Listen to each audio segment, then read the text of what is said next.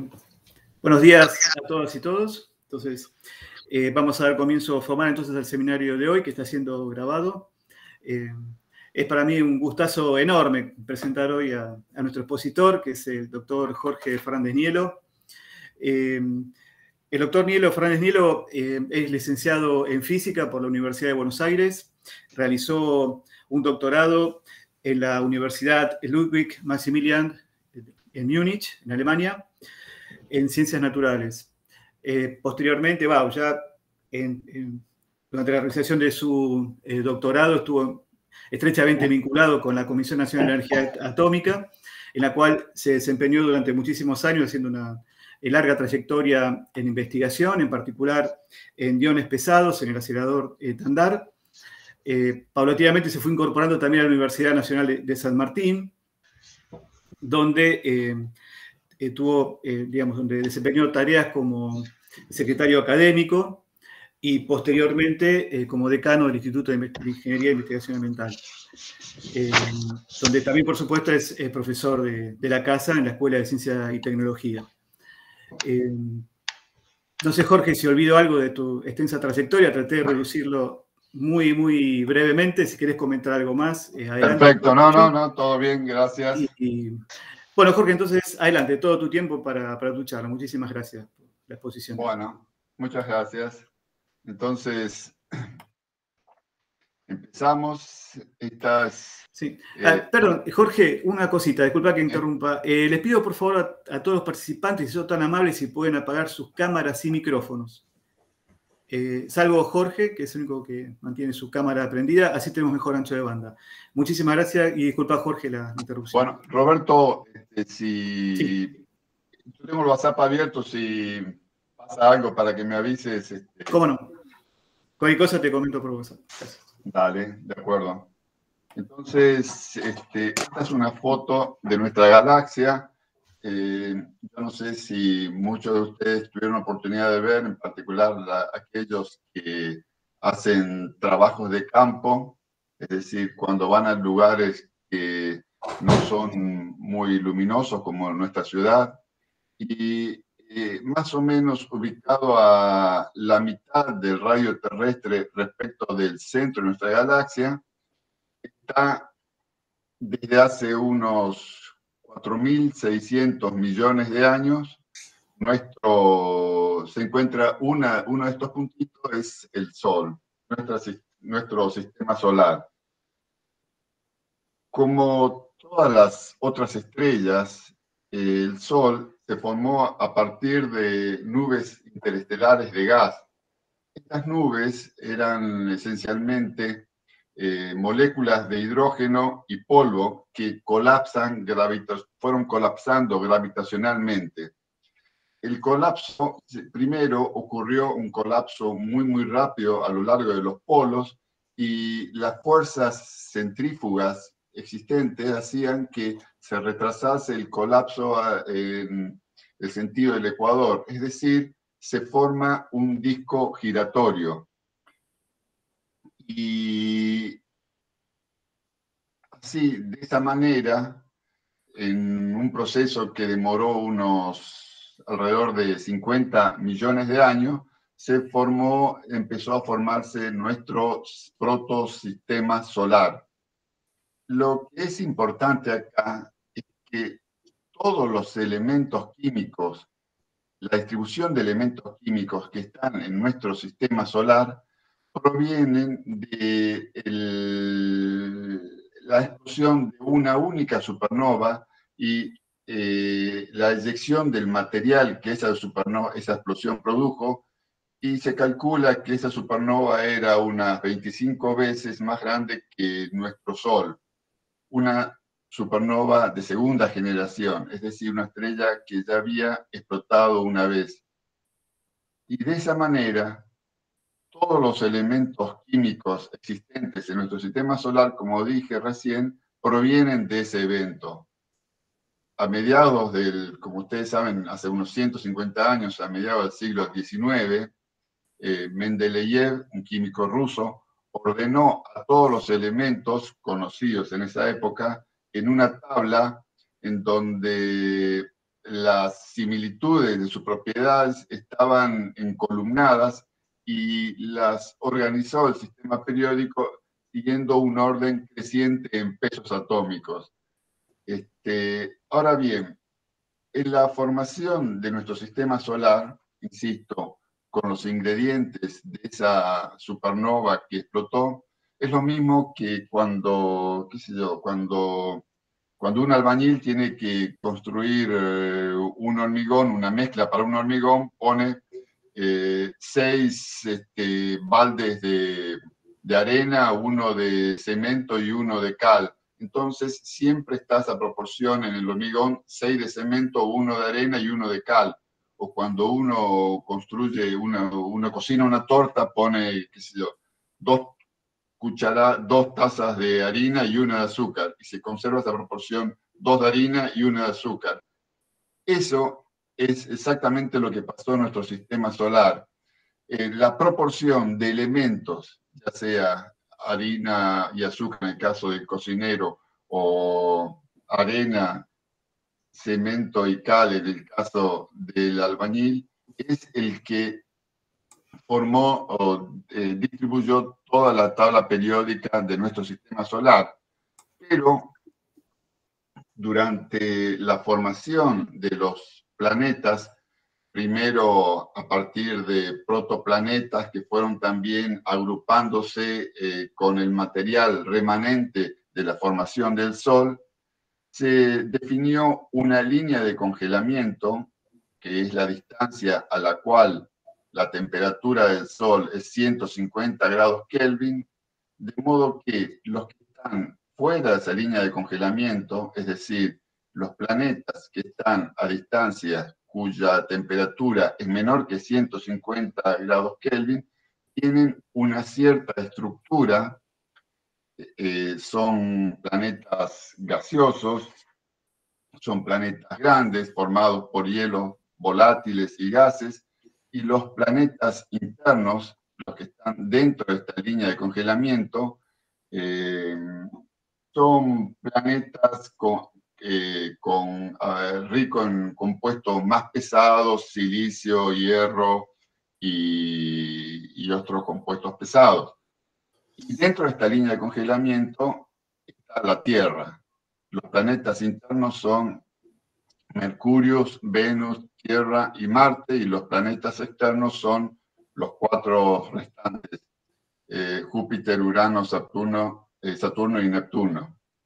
Entonces, de ese modo, si bien existía una abundancia de elementos en el sistema solar, ahora, luego de la formación de los planetas, los elementos de la Tierra tienen una determinada abundancia que es un poco distinta a la que tenía el sistema solar, pero que quedó definida hace 4.500 millones de años, que es cuando se formó la Tierra.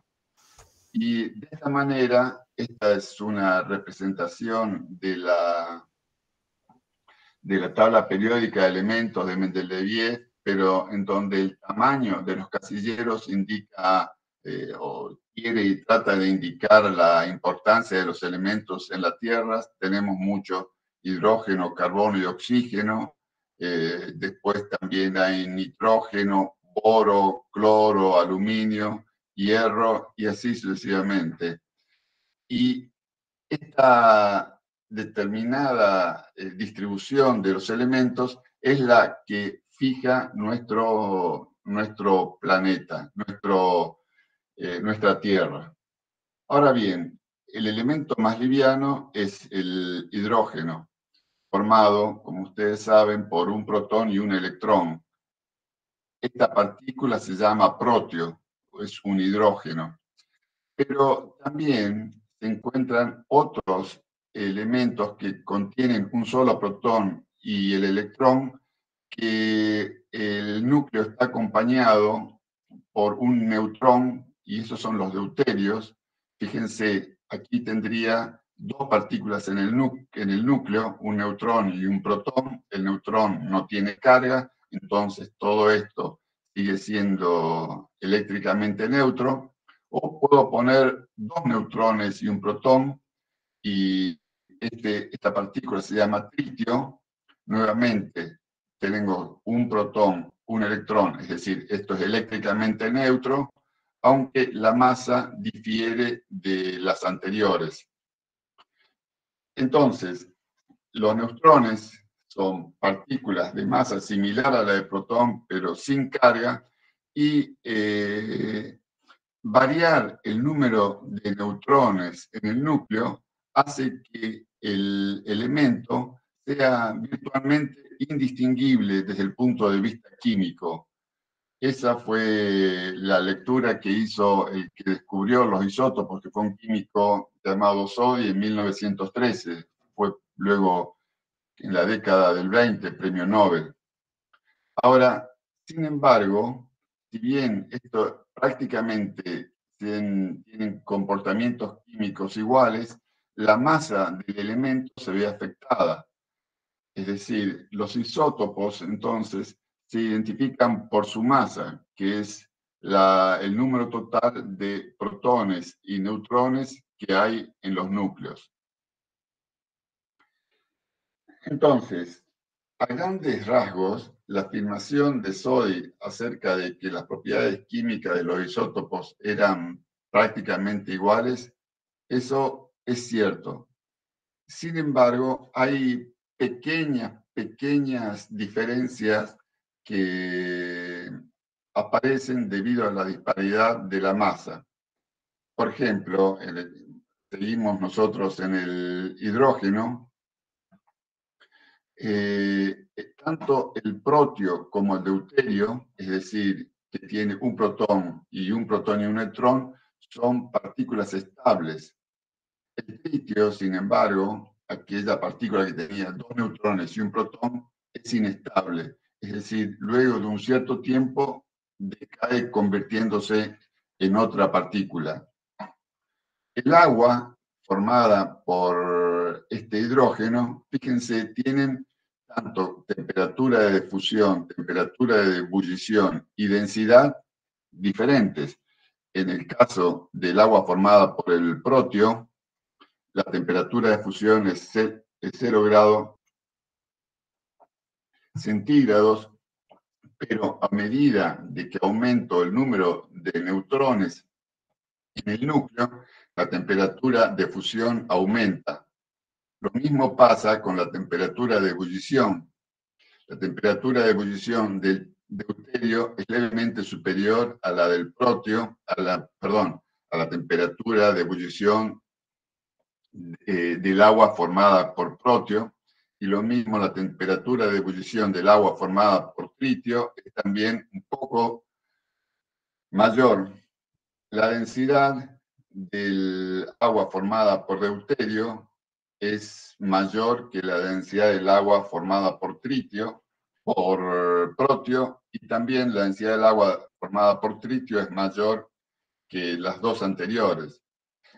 Esto, ¿qué les está diciendo esto? Que si yo estoy, por ejemplo, en un lago profundo y encuentro deuterio, agua formada por deuterio, ese agua formada por deuterio estaría más bien ubicada en las profundidades del lago, más que en la parte superior del lago. Es decir, esto ya está anunciando que hay diferencias en cuanto a la ubicación de los compuestos que uno está analizando, y de esa manera uno puede usar esa diferencia para ir entendiendo procesos que ocurren en la naturaleza.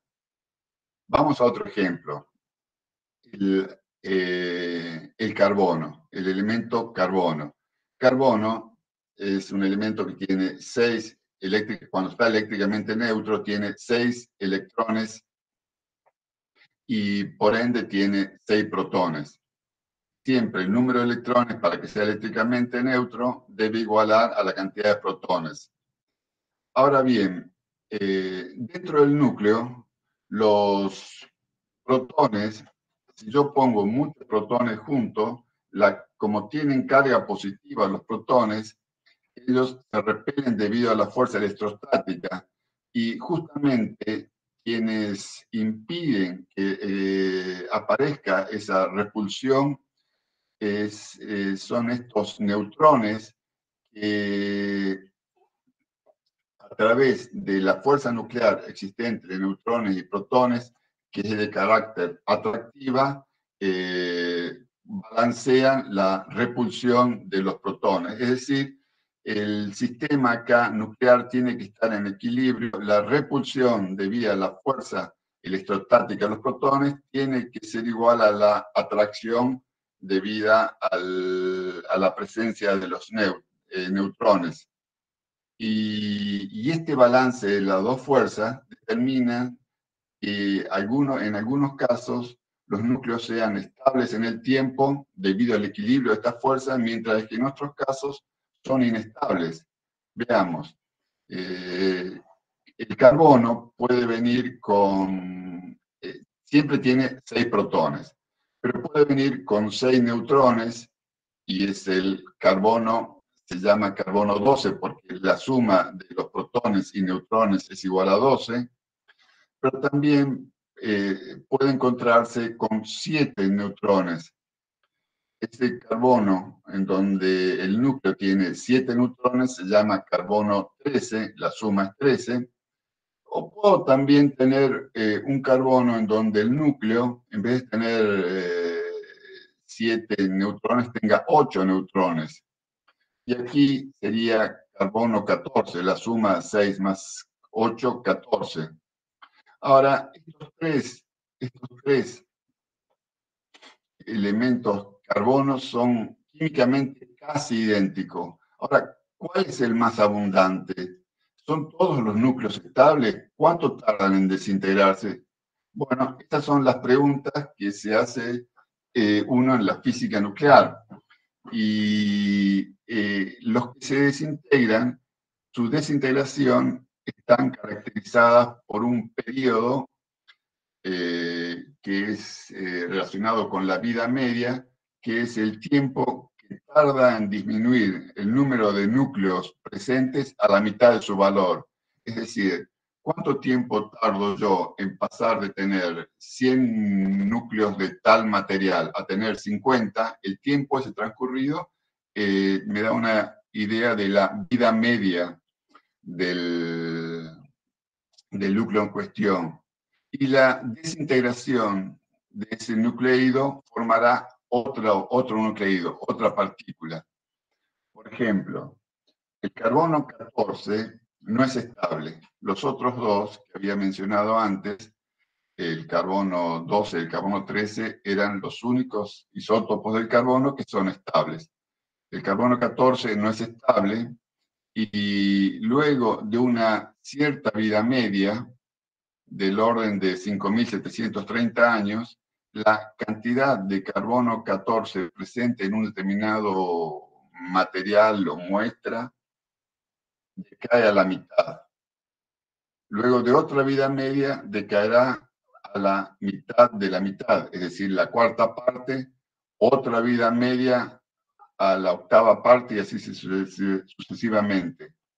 Ahora bien, ¿qué se forma cuando este carbono decae a la mitad? Y se forma otra partícula. En este caso, en el caso particular del carbono, se forma el nitrógeno 14. Es decir, a medida que transcurre el tiempo, yo voy a ir teniendo menos carbono 14 y voy a ir aumentando la cantidad de nitrógeno 14. Y así hay muchos otros radionucleídos que tienen distinta vida media y nosotros los podemos utilizar para un montón de utilidades, un montón de aplicaciones.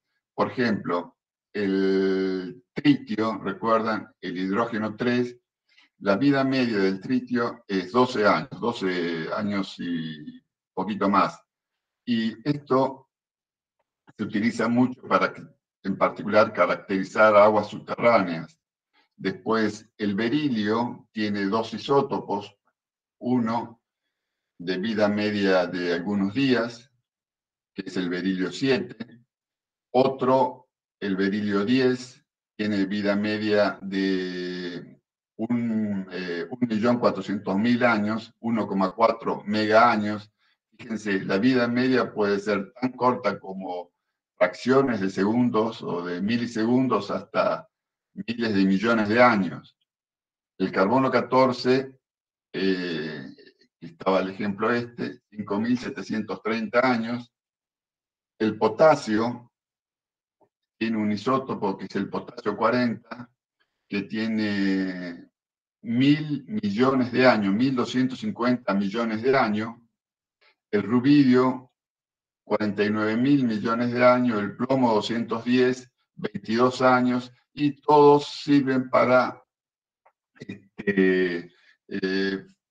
fines distintos para caracterizar la naturaleza o aprender algo de lo que vivimos nosotros en ella. Y así, debido a la existencia de los isótopos, esta tabla primaria que había mostrado de la tabla periódica de elementos de Mendeleev se expande en una tabla mucho más rica, en donde de los alrededor, no me acuerdo bien cuántos elementos eran, 100 y pico de elementos, ahora pasamos a tener 254 nucleídos estables, es decir, cada elemento puede tener uno o varios isótopos, y más de 3.000 nucleídos inestables. Acá en esta tabla, en donde se representan los nucleídos en función de su número atómico Z, la cantidad de protones, versus la cantidad de neutrones, los isótopos estables están marcados con color negro. Fíjense, los que están marcados con color negro son muchísimos menos que todos los demás isótopos, que son los inestables. El isótopo estable, el elemento estable más pesado es el plomo. El plomo tiene varios isótopos, el más abundante, el plomo 208, y después del plomo está el bismuto, que es un poquito tiene un elemento que tiene 83 electrones, es decir, un protón más que el plomo, pero que ya no es totalmente estable.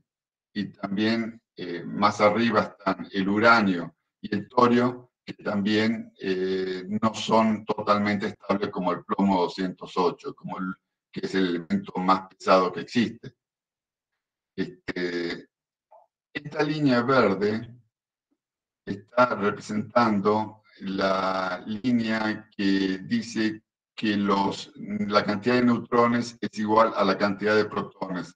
Fíjense, para el caso de los núcleos livianos, son estables, es decir, están en negro aquellos nucleídos en donde el número de neutrones es igual al número de protones. ¿Recuerdan el caso de carbono 12? Donde tengo 6 protones y 6 neutrones, esos eran estables. El caso que tenía carbono 14 de 6 protones y 8 neutrones ya deja de ser estable. Entonces, en la parte de abajo, para núcleos livianos,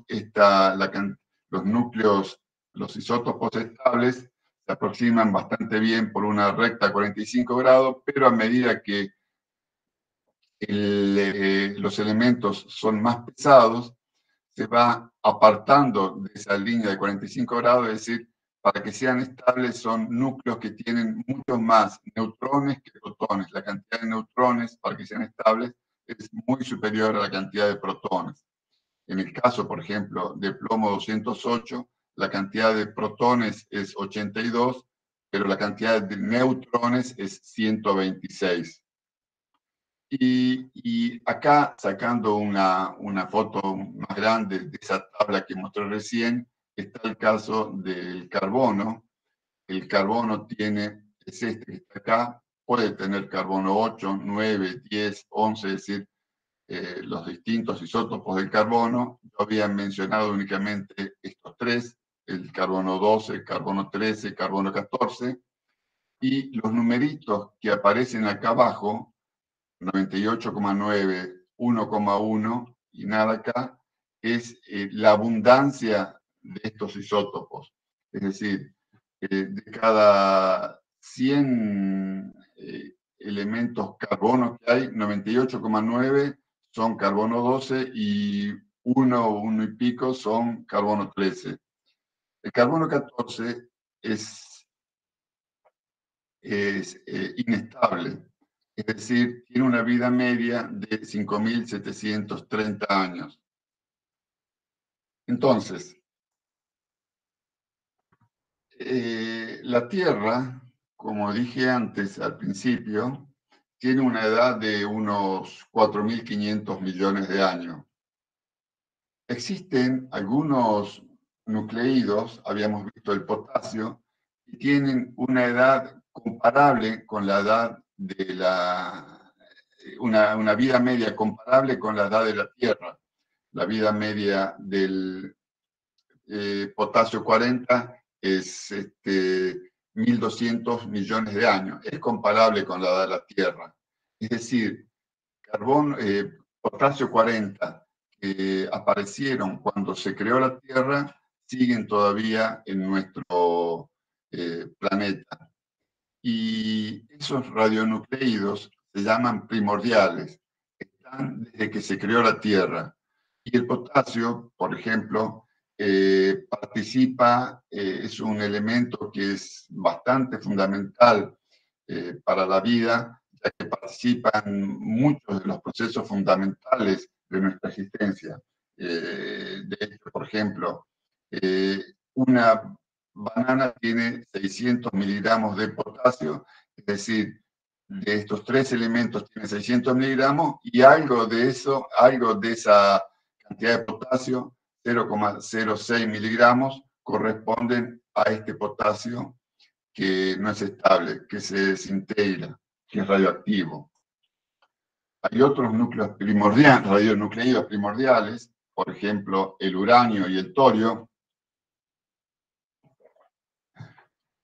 El uranio en particular, hay dos isótopos del uranio. El uranio 235 tiene 700 millones de años, el uranio 238 tiene 4.470 millones de años, es muy parecido al de la edad de la Tierra, es decir, estos uranios que encontramos nosotros se formaron durante la formación de la Tierra y todavía existen.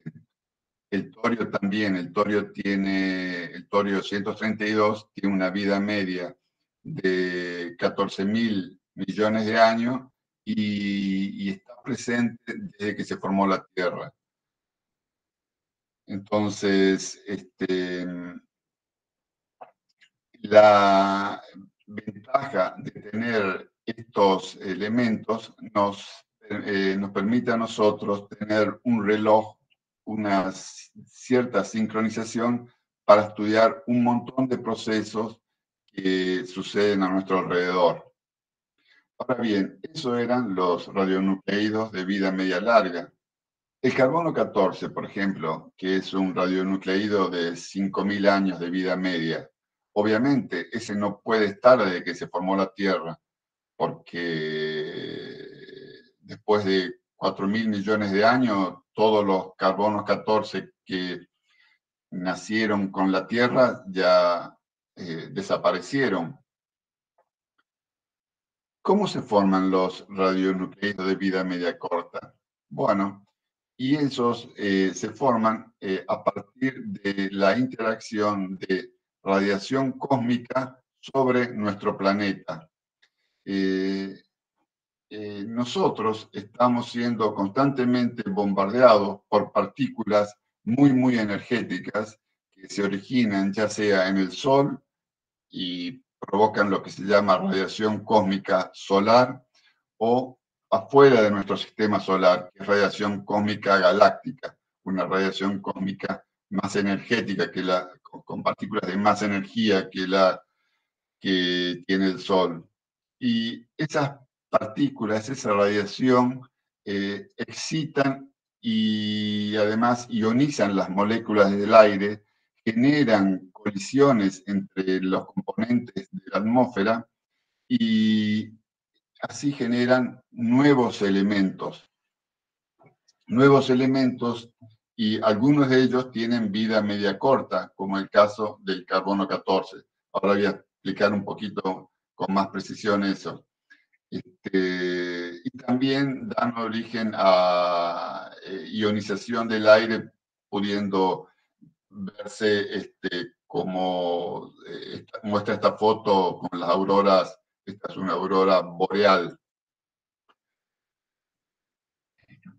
Esta radiación cosmogénea, esta radiación cósmica, perdón, es la responsable de la presencia de radioisótopos de vida media corta en nuestro ambiente. Fíjense, la atmósfera está compuesta en porcentaje en volumen mayoritariamente por nitrógeno, oxígeno, después viene argón, trazas de CO2, kriptón y xenón. Cuando esta radiación cósmica interactúa con los núcleos de estas moléculas presentes en la atmósfera, forman como producto de esa reacción nuclear nuevos elementos. Por ejemplo, carbono 14, berilio 10, aluminio, silicio 32, cloro 36, argón 39, etc. Elementos todos de muy corta vida media. Estos elementos se forman en la atmósfera y después decaen por algún proceso de transporte hacia nuestra superficie terrestre. También hay interacción de la radiación cósmica con la superficie terrestre, pero eso es ya mucho más poco frecuente, mucho menos, es menos frecuente debido a que toda la atmósfera actúa como un blindaje de la radiación cósmica. Entonces, así tenemos nosotros un montón de isótopos, algunos de ellos estables, otros de ellos inestables, que pueden ser utilizados como trazadores ambientales. Aquí están una lista de isótopos estables utilizados habitualmente como trazadores. Fíjense, en el caso del hidrógeno teníamos el hidrógeno 1, que era el protio, y el deuterio. Esta columna es la abundancia relativa. Fíjense, esta columna es la relación entre el isótopo menos abundante y el más abundante. En el caso del hidrógeno, la relación es 0,00015, es decir, hay muy poquita presencia del deuterio por presencia del hidrógeno. Esto no siempre es así. Fíjense, en el caso del carbono 12, la relación casi es un 1%, ¿no? Acá es un 1 en 10.000, acá es un 1% en el caso del protón. Ahora bien, esta abundancia relativa, ¿de dónde la saco yo? Porque es distinto, como dije al principio, tomar una muestra de agua en el fondo de un lago que tomar una muestra de agua en la superficie. Ahí yo tendré una variación de la cantidad relativa de un isótopo o de otro de oxígeno, de hidrógeno. Bueno, por eso se establecieron ciertos estándares para decir, bueno, según este estándar, en el caso del hidrógeno, el estándar es una muestra de agua medio del océano que está en las oficinas de la Organización Internacional de Energía Atómica en Viena. Y según este estándar, la relación isotópica debe ser esta. Entonces, cualquier alteración que encuentre en el hidrógeno respecto de este número, es decir, cualquier diferencia que encuentre en la cantidad relativa del hidrógeno 1 y el hidrógeno 2 respecto a este número, va a relatar la presencia de un determinado proceso. Ahora, fíjense, entre el hidrógeno 1 y el hidrógeno 2, la diferencia de masa es un factor 2.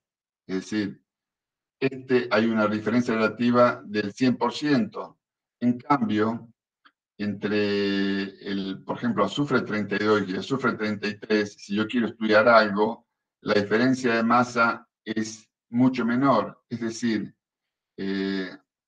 la presencia de un proceso determinado va a ser mucho más drástico dependiendo si ocurre en isótopos o en elementos livianos que en elementos pesados. Ahora bien, los procesos a los que se ven sometidos los isótopos durante su migración por el medio ambiente incluyen procesos de transporte, de cambio de fase, de transformación química y de transformación biológicas. En los procesos de transporte y de cambio de fase, estos procesos no involucran rotura de enlaces químicos. Sin embargo, en los procesos de transformación química y transformación biológica, hay una rotura de los enlaces químicos. Y a medida que ocurren estos procesos, se produce un fraccionamiento que se manifiesta en las abundancias relativas debido a las diferencias de las propiedades de los isótopos. Es decir, a medida que estos procesos van teniendo lugar, se va fraccionando, se va alterando la abundancia relativa de los isótopos, se va diferenciando cada vez más la proporción de un isótopo respecto de otro. ¿Y cómo puedo ver esto? Traté de poner acá un ejemplo didáctico, un ejemplo muy sencillo. Por ejemplo, la energía cinética de las moléculas en un dado ambiente. La energía cinética de una molécula en un dado ambiente, la energía cinética media, es un medio de la masa de dicha molécula por la velocidad media al cuadrado. Ahora, si tengo una molécula pesada, una molécula con mayor masa, la velocidad media será menor que en el... Perdón. La energía cinética depende de la temperatura del ambiente donde están las moléculas. Es decir, entonces, todas las moléculas, ya sean formadas por isótopos livianos o pesados, tendrán la misma temperatura, por lo tanto tendrán la misma energía cinética. Ahora bien, entonces, las moléculas con mayor masa, dado que este número es el mismo, tendrán una velocidad media menor que las moléculas más livianas. Y esa velocidad media menor, ya me hace una diferencia en un proceso de transporte difusivo. Además, si la velocidad media es menor, yo tengo menos frecuencia de colisión con otras moléculas. Es decir, las moléculas formadas por isótopos pesados colisionarán mucho menos frecuentemente que las moléculas formadas por isótopos livianos, que son más rápidas. Es decir, las moléculas más livianas reaccionan más rápidamente. Y esto da como resultado un fraccionamiento, una distinción isotópica luego de haber sido sometido a un determinado proceso. Entonces, ¿cómo yo puedo entender la presencia de ese fraccionamiento? Es decir, la existencia de ese proceso que dio lugar al fraccionamiento. Bueno, para entenderlo, tengo que comparar la cantidad de isótopos en una muestra con la cantidad estándar que tenía en la planilla, en la tabla que mostré antes. Es decir, si yo tengo, para eso defino un coeficiente R, que es la abundancia, por ejemplo, para el caso de carbono, la abundancia de carbono 13 respecto a la abundancia de carbono 12. Entonces, en una muestra, para ver el desvío, el fraccionamiento isotópico, en una muestra tengo que el delta, el desvío delta de la muestra va a estar dado por, por esta ecuación, la diferencia entre el R de la muestra y el R del estándar. Entonces, este desvío puede ser positivo o negativo, indicando si hubo un empobrecimiento o un enriquecimiento isotópico a partir de determinado proceso. Concretamente, yo tengo que en el caso de carbono 12, en el caso del átomo del elemento carbono, el estándar está formado por carbono 12 al 98,892% y el carbono 13 al 1,108%.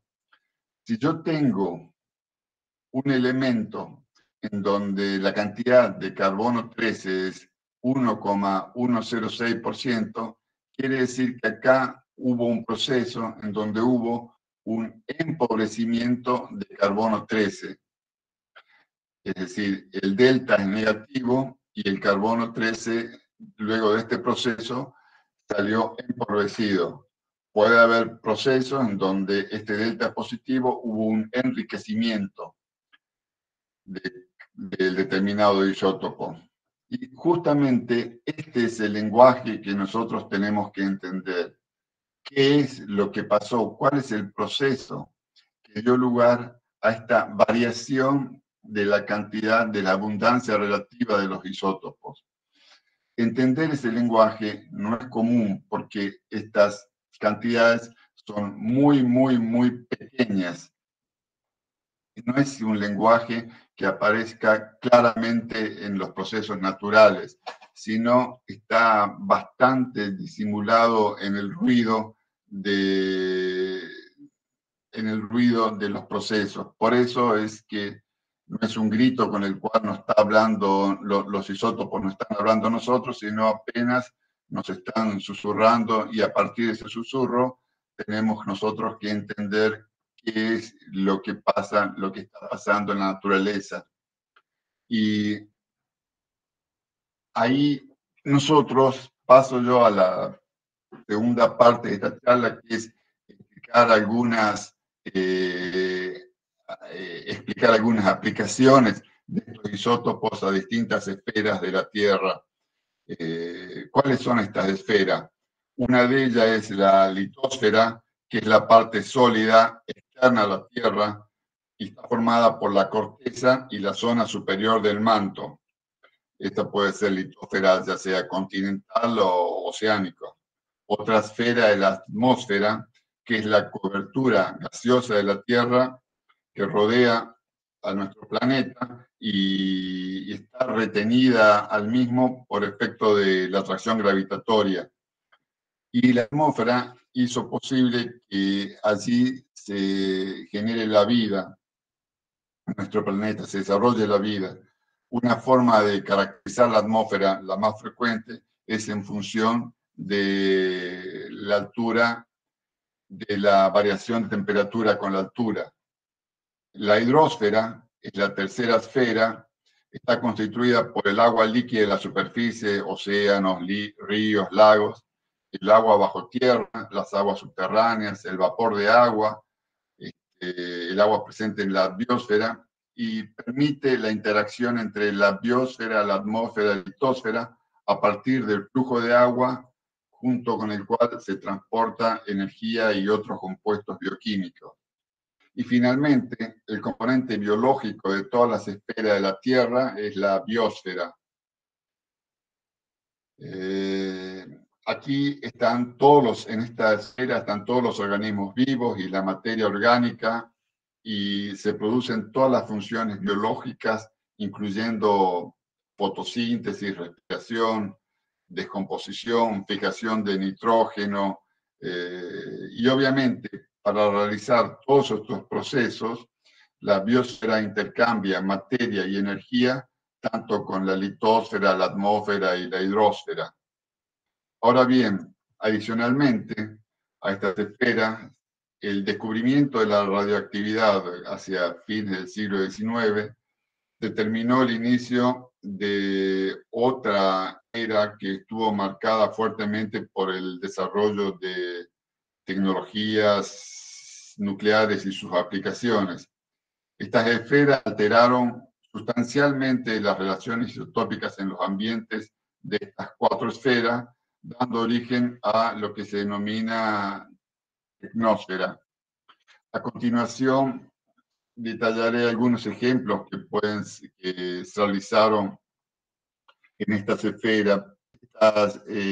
Por ejemplo, las aplicaciones de los isótopos pudo servir para determinar la edad de la Tierra, el ciclo de las corrientes oceánicas, trazas de explosiones recientes de supernovas que se encuentran en la Tierra, dataciones, dataciones de obras artísticas o actividades realizadas por el hombre, actividades medicinales como portadores de drogas, procesos de erosión, etc. Voy a cortar rápidamente dos o tres trabajos en los cuales yo participé y que creo que pueden resultar interesantes para mostrar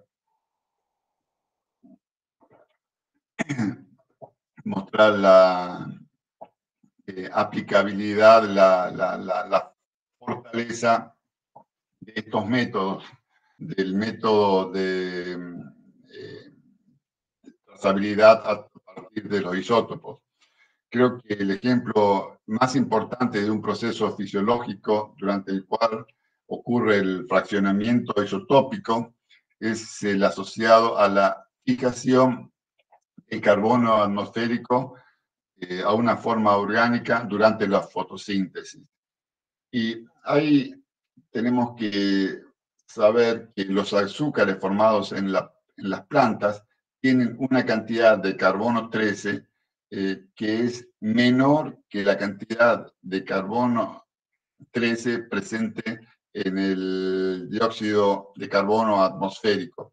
Es decir, las plantas tienen menos carbono 13 en su interior que el carbono 13 presente en la atmósfera. ¿Y por qué? Y bueno, esto tiene que ver con la selectividad del proceso de fijación del carbono en las plantas. Ahí hay tres tipos de procesos, según sea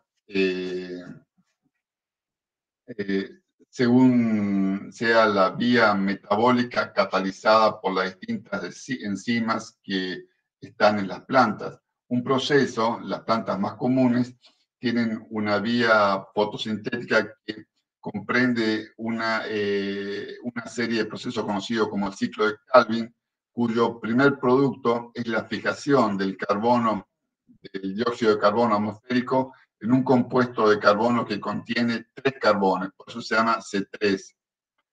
En otro tipo de plantas, en las plantas C4, hay una separación física entre las reacciones que dependen de la luz y el ciclo de Calvin que fija el carbono a la planta, y en esta reacción que depende de la luz se fijan primero 4 carbonos a la hoja, por lo tanto estas plantas se conocen como C4. Y hay una última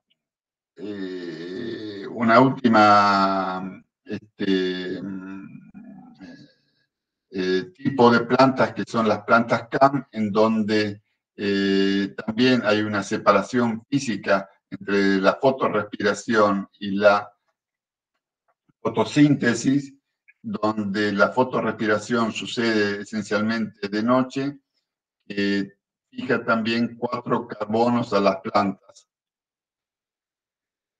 De esta manera, las distintas, en los 3 casos, la cantidad de carbono 13 de las plantas es menor que la cantidad de carbono 13 existente en la atmósfera. Hay un empobrecimiento en carbono 13, por eso hay un delta negativo. Pero eso por un lado. Por otro lado, el proceso de fijación también diferencia si es planta C3 o planta C4. Las plantas C3 tienen un delta de carbono 13 promedio de alrededor de menos 27 por 1000, es decir, hay un empobrecimiento mayor en carbono 13 que las plantas C4, que tienen un empobrecimiento de menos 14 por 1000. ¿Y esto de qué me sirve? Y esto me sirve para estudiar cómo son las plantas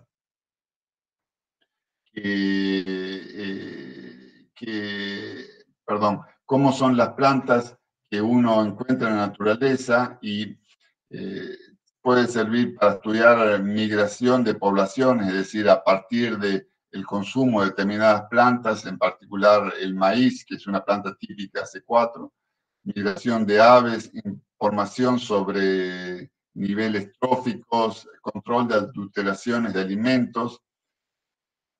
Y además también sirve para saber si las dataciones que uno hace por radiocarbono son correctas o no. A saber, cuando nosotros tenemos en la atmósfera, se produce constantemente carbono 14. Entonces, la abundancia del isótopo carbono 14 en la atmósfera es de alrededor de 1,5 por 10 a la menos 12, es decir, hay un átomo de carbono 14 cada 10 a la 11 átomos de carbono 12. Eso es durante cualquier organismo vivo tiene esta relación. Sin embargo, cuando muere un organismo, no se consume más carbono 14 de la atmósfera, entonces la cantidad de carbono 14 que contenía el organismo va a ir disminuyendo. De esa manera, contando la cantidad de carbono 14 que se encuentra en un determinado organismo, uno puede relacionar con la vida que con el tiempo que transcurrió desde que este organismo dejó de vivir. Nosotros, en un interesante trabajo que participé, utilizamos estas 2 técnicas, las técnicas de fraccionamiento debido a la fotosíntesis C3-C4 y la técnica de datación por radiocarbono para intentar datar rocas arte rupestre en 2 cuevas en Argentina, una en el sur, en Río Negro, y otra en Catamarca. ¿Por qué se necesitaban las 2 técnicas? Porque no solo uno tiene que tratar de datar, es decir, saber cuándo se produjo la pintura o cuándo se realizó la pintura, sino también si la botánica del lugar corresponde con la cantidad de carbono 13 y carbono 14, carbono 13 y carbono 12 pertenecientes en esa muestra.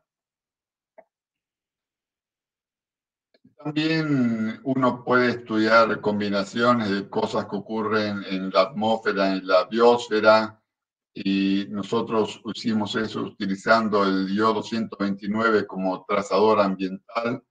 El iodo 129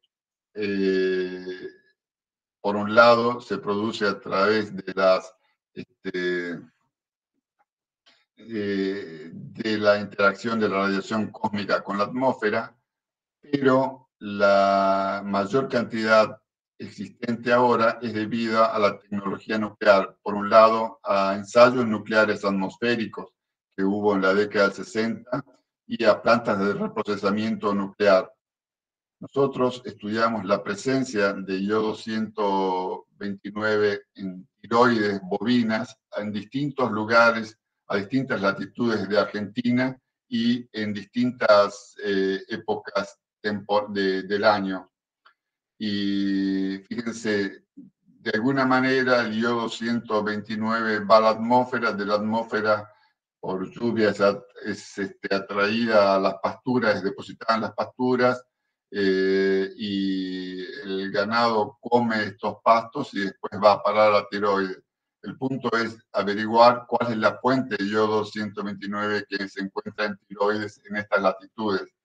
Y efectivamente la fuente es la quema de biomasa, que es la mayor fuente de polución atmosférica a escala continental.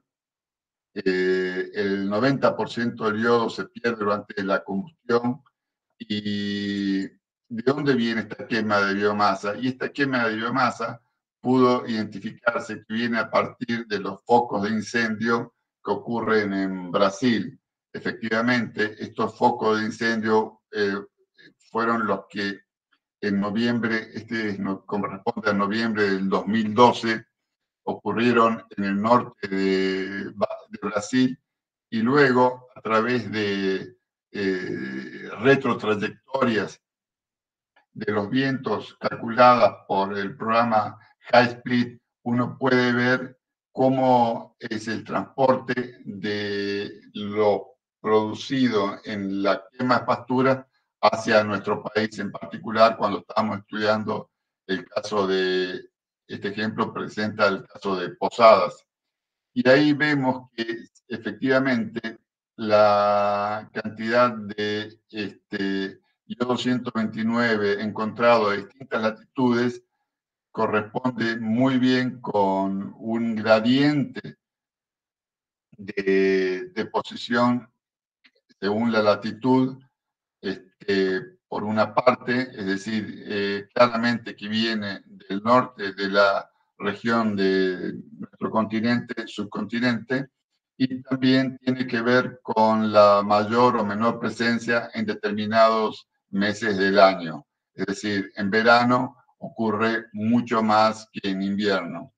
Y así también pudimos, se está pasando el tiempo, estudiar transporte atmosférico, estratosfera, troposfera, utilizando como trazador al berilio 7.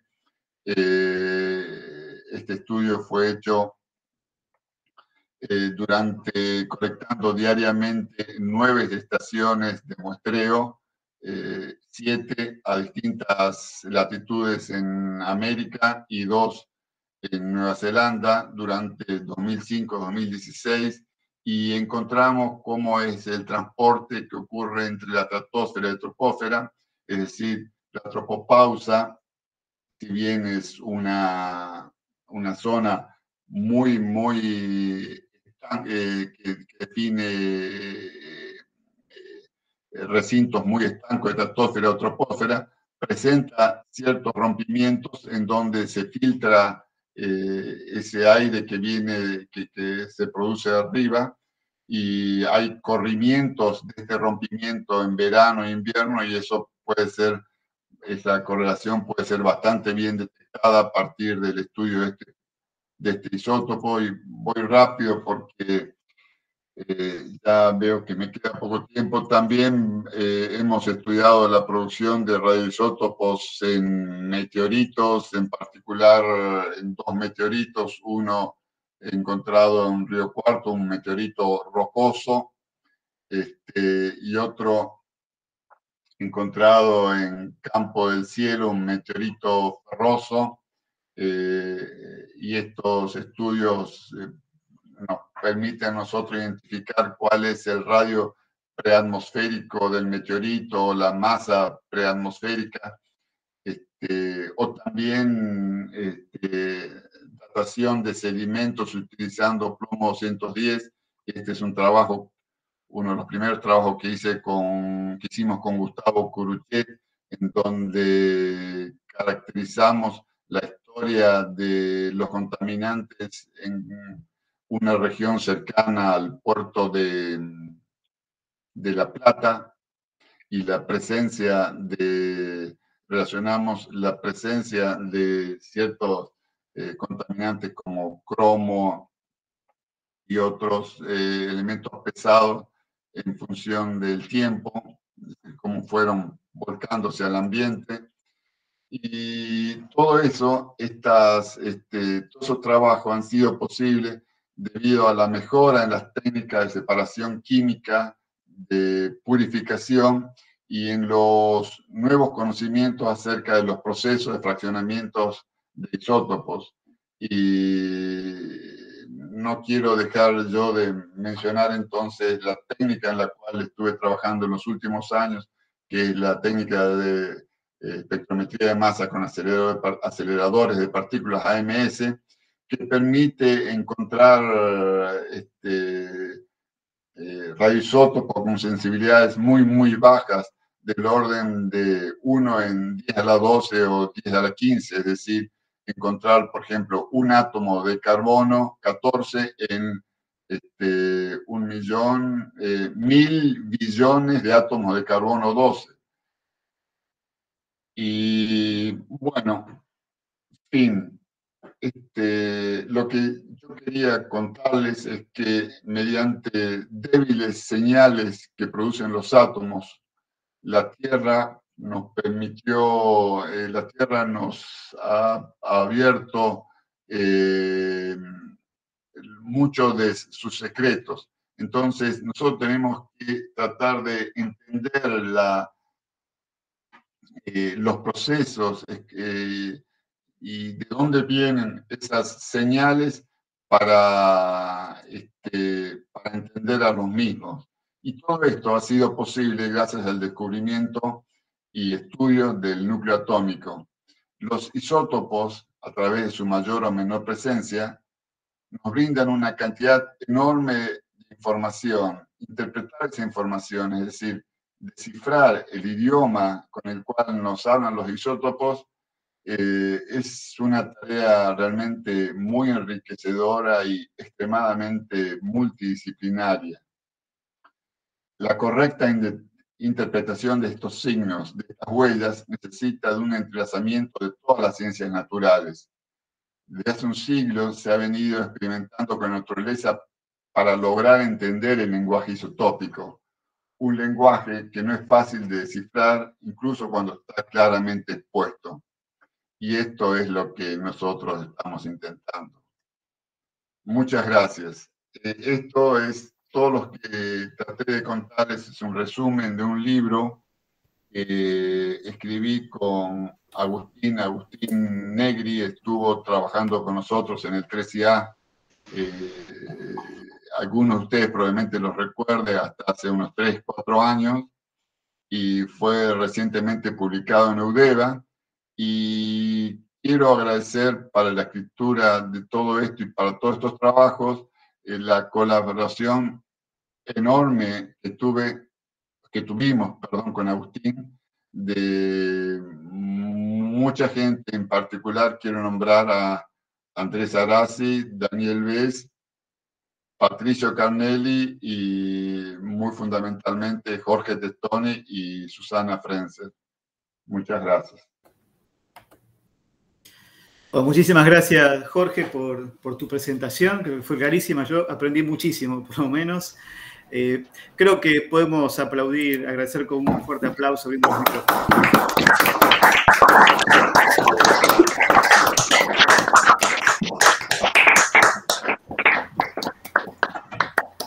Muchas gracias, Jorge. Realmente increíble la cantidad de información que se obtiene y cómo realmente, como bien dijiste, se sacan esos secretos, ¿no? Lamentablemente no controlé bien la hora y las últimas transparencias, que era donde yo quería detenerme y contarlas con detalles, tuve que pasarla rápido. Disculpa. No hay problema, Jorge, gracias. Igual todos pueden leer el libro, así que... Uy, es un chivo, perdón. Bueno, acá tenemos algunas preguntas. El primero que tengo es Salvador Gil. No sé si hay alguien más, ahora reviso, pero Salvador, adelante, si querés. Hola, Jorge. Muy linda la presentación, muchas gracias. Felicitaciones por el libro también. Te quería hacer una pregunta respecto de lo que un poco vos mencionaste, suponete vos en el carbono 14, ¿no? Que vos usas para datar muestras de, qué sé yo, 5.000 años, 10.000 años, lo que fuese. Ahora, el tema que, de lo que vos decías, ¿no? La línea de base, digamos, del carbono 14 producido actualmente posiblemente se conozca, pero ¿cómo saber el carbono 14 que había hace 10.000 años, digamos? Era digamos, posiblemente algo de la temperatura era diferente, y algunos procesos pueden haber cambiado. Entonces, Sí, Salva. ¿cómo se hace para hacer eso?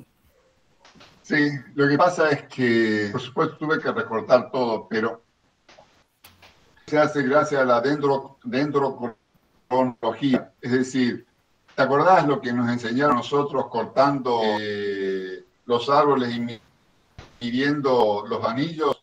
Entonces vos así podés seguir hasta varios miles de años atrás, midiendo los anillos, los árboles. Entonces ahí podés sacar qué cantidad de carbono 14 tenía un árbol hace 5.000 años, por ejemplo, había en el ambiente. Y ahí lo comparás, ¿entendés? Claro, y eso lo usas de calibración, entonces, para saber lo que había allá y ahora ves lo que hay hoy.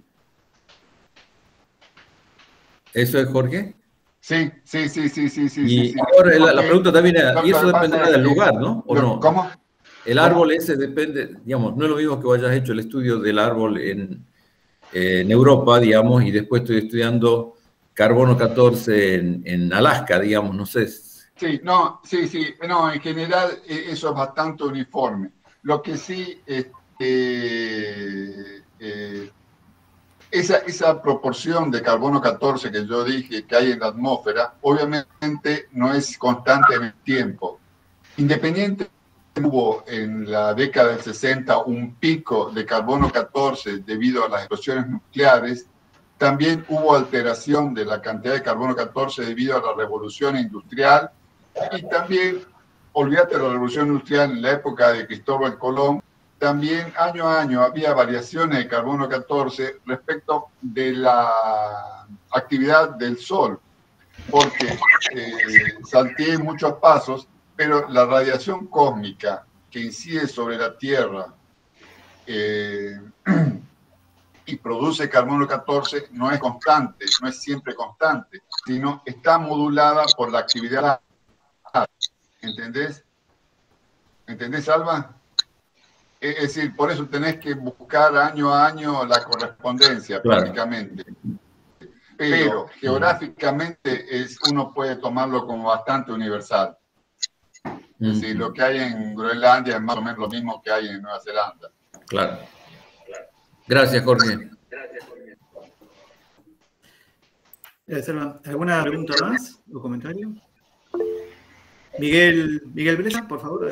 Muy linda tu charla, Jorge. Felicitaciones, realmente interesante. Quería hacerte un comentario sobre tu tabla periódica. Google ha sacado una versión ahora que está disponible en Internet, que está muy linda y que además tiene actualizados los nombres de los elementos más pesados. Por ejemplo, el 118 creo que se llama Oganesio o algo así. En fin. Oganesia. ¿Qué sé? Te quería comentar eso, ¿no? Gracias, sí. Gracias, Miguel. Sí, Oganesia es un piso que creo que trabaja en Dubna, si no recuerdo, y es uno de los que encontró ese súper pesado, sí. No sé si hay alguna consulta más, comentario, si no, mientras... Miguel Carrillo, sí, adelante, por favor. ¿Qué tal? Excelente la charla, me encantó. Felicitaciones. Le quería preguntar sobre lo que preguntó Salvador también. Las erupciones volcánicas, grandes erupciones volcánicas, ¿tienen incidencia regional en el carbono 14?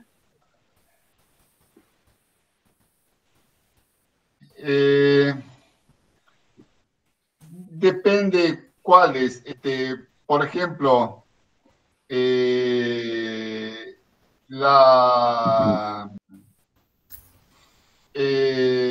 lo que sucedió hace unos 200 años en Krakatoa, eso alteró la atmósfera, obviamente, a nivel global.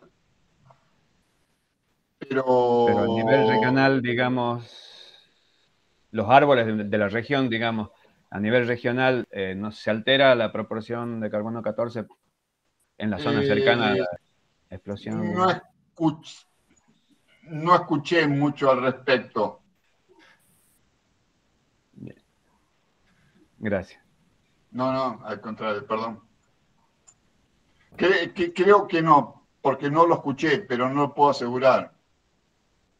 Gracias. Jorge, una consulta que le iba a preguntar, pero justo vos en la última transparencia más o menos lo comentaste, el tipo de equipamiento que hace falta para determinar diferencias tan pequeñas, ¿no? El contenido de isótopos, de radioisótopos. Pero entonces cambio la pregunta, digo, ¿cuán accesibles son esas facilidades? Por ejemplo, en el país, bueno, deduzco que tenemos por tu trabajo, pero en la región, Latinoamérica, ¿cuán fácil es conseguir o tener acceso a este tipo de equipamiento para hacer estos análisis? Y a nivel mundial, ¿nos puedes decir? Sí, lo que pasa es que hay dos cosas. Por un lado, hay cierto equipamiento que es bastante más sencillo, que es para isótopos estables. Por ejemplo, nosotros ahí en el 3IA tenemos para, qué sé yo, carbono 12 y carbono 13, podemos sacarlo en el 3IA. O obviamente agua con deuterio y agua con procho podemos sacar en el 3IA. En cuanto a aplicaciones así como las que yo trabajé, esas hay pocas en el planeta. Cada vez hay más. Justamente vino en estos meses, se está instalando un acelerador para medir carbono 14 en Jujuy. La Universidad Nacional de Jujuy, junto con el CONICET y la Universidad de Tucumán. Y después hay otros isótopos en donde no necesitas medir con esos aceleradores grandes, sino los podés medir de otras maneras, por ejemplo, con un detector de rayos gamas, dado que su vida media es corta y podés medirlo en un par de semanas, en un par de días, varias muestras, ¿entendés? Depende del proceso que esté analizando, depende si es isótopos estable o no lo que vos estás mirando. Y en caso de que no sea estable, que sea radioisótopo, depende si su vida media es muy larga o su vida media es muy corta, vos podés usar una técnica u otra. Para el caso de las vidas medias muy largas, que se usan estas máquinas muy grandes. Pero para los otros se puede hacer con un detector de radiación gamma que no es muy caro. Perfecto, clarísimo, Jorge. Muchas gracias. No sé si hay algún comentario más o pregunta más. Acá lo que tenemos es un comentario de Gabriela Mataloni que te quiere mangar unas diapositivas para sus clases, pero eso después lo arreglan entre ustedes en todo caso, personalmente. Sí, perdón. Me gustó mucho. Nosotros enseñamos en Biología 2 las distintas vías fotosintéticas y cómo se relacionan con el ambiente. Sí. Así que me resultó súper interesante esa diapositiva. Lo charlamos, Gaby, no hay problema, dale. Gracias. Fenómeno. Bueno, muy bien, entonces, no sé, si no hay más comentarios o preguntas, siendo las 12, casi 12:20 de la tarde, agradecemos nuevamente a Jorge por la charla que nos dio, la oportunidad que tuvimos, y bueno, podemos recomendar comprar el libro también. Sí.